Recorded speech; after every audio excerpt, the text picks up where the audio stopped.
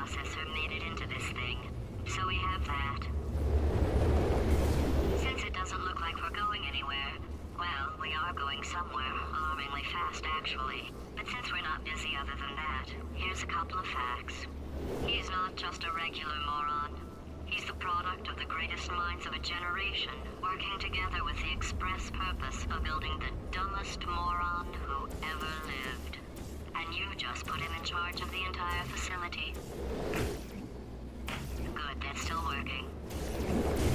Hey, just in case this pit isn't actually bottomless, do you think maybe you could unstrap one of those long fall boots of yours and shove me into it? Just remember to land on one foot.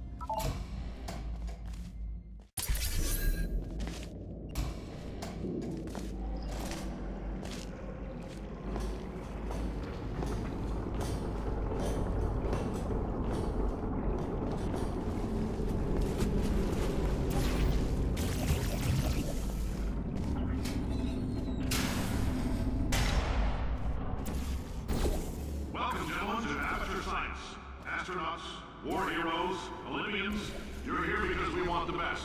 And you are it. So, who is ready to make some science performed every day here in our enrichment spheres? I can't personally oversee every one of them, so these pre-recorded messages will cover any questions you might have and respond to any incidents that may occur in the course of your science adventure. Your test assignment will vary depending on the manner in which you have bent the world to your will. Those of you helping us test the repulsion gel today, just follow the blue line on the floor. Those of you who volunteered to be injected with praying mantis DNA, I've got some good news and some bad news. Bad news is we're postponing those tests indefinitely. Good news is we've got a much better test for you. Fighting an army of mantis men. Pick up a rifle and follow the yellow line. You'll know when the test starts.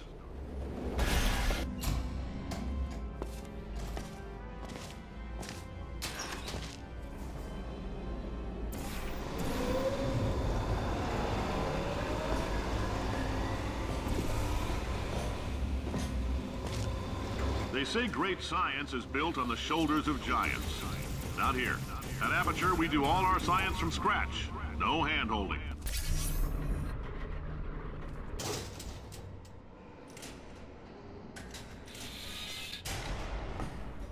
All right, let's get started.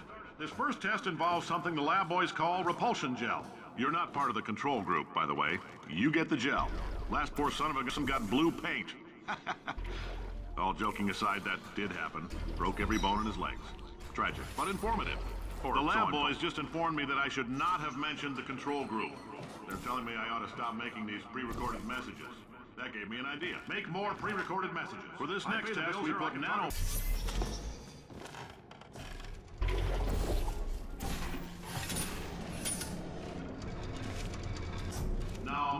have any tumors. Well, don't worry. If you sat on a folding chair in the lobby and weren't wearing lead underpants, we took care of that too.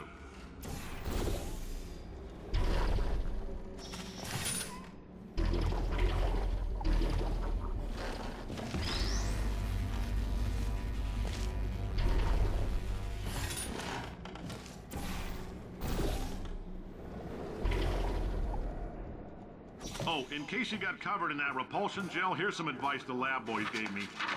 Do not get covered in the repulsion gel.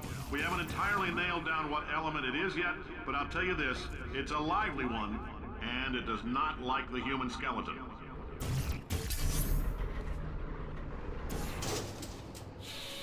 All these science spheres are made of asbestos, by the way. Keeps out the rats.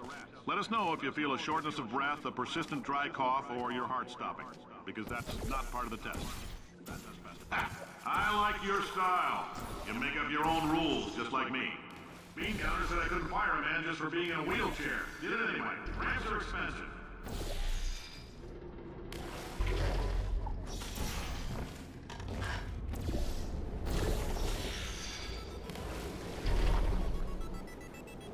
Just a heads up, that coffee we gave you earlier had fluorescent calcium in it so we can track the neuronal activity in your brain. There's a slight chance the calcium could harden and vitrify your frontal lobe. Anyway, don't stress yourself thinking about it. I'm serious. Visualizing the scenario while under stress actually triggers the reaction.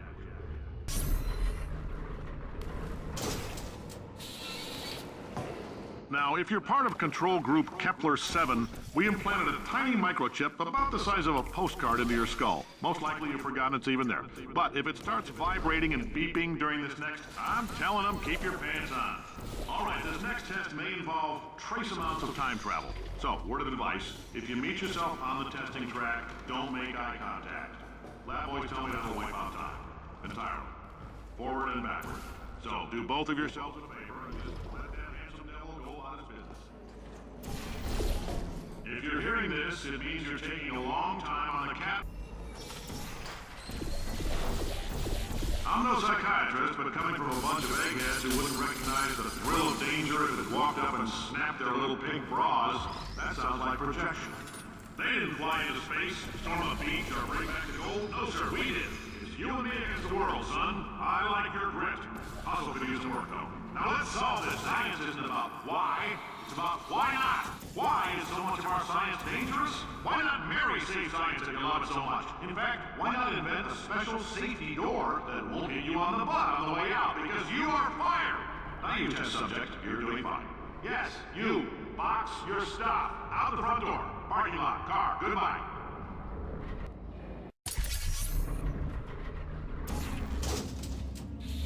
Congratulations! The simple fact that you're standing here listening to me means you've made a glorious contribution to science. As founder and CEO of Aperture Science, I thank you for your participation and hope we can count on you for another round of tests. We're not going to release this stuff into the wild until it's good and damn ready, so as long as you keep yourself in top physical form, there'll always be a limo waiting for you. Say goodbye, Carolyn. Goodbye, Carolyn. She is a gem. Greetings, friend. I'm Cave Johnson, CEO of Aperture Science. You might know us as a vital participant in the 1968 Senate. Oh, hi. Oh, thanks. Did you feel that? That idiot doesn't know what he's doing up there. This whole place is going to explode in a few hours if somebody doesn't disconnect him. I can't move, and unless you're planning to saw your own head off and wedge it into my old body, you're going to need me to replace him. We're at an impasse. So what do you say? You carry me up to him and put me back into my body, and I stop us from blowing up and let you go. You stabbed me. What is wrong with you? Hold on. Do you have a multimeter? Never mind. The gun must be part magnesium. It feels like I'm outputting an extra half a volt.